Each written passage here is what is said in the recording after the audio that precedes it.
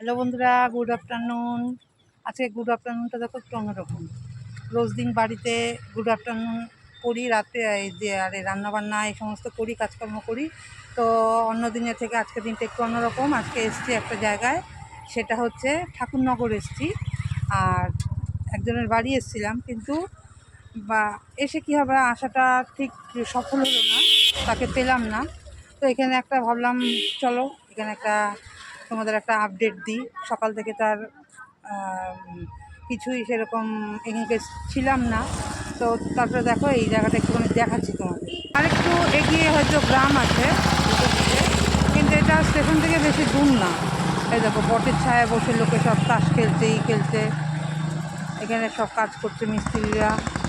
তো ভীষণই ভালো লাগে। তো চলো এবার ফিরি, কাজটা তো হলো না, এবার ফিরে যাই।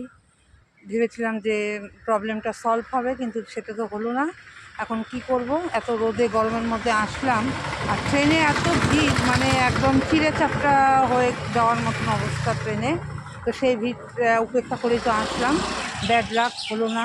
সেই দিদি নাকি এখন এই কাজগুলো করে না, তো কী করবো এখন দেখি। তো চলো এখান থেকে টোটো বা ওই ভ্যান ধরে যাই স্টেশনে, ওখান থেকে তারপরে বাড়ি। চলো, টাটা।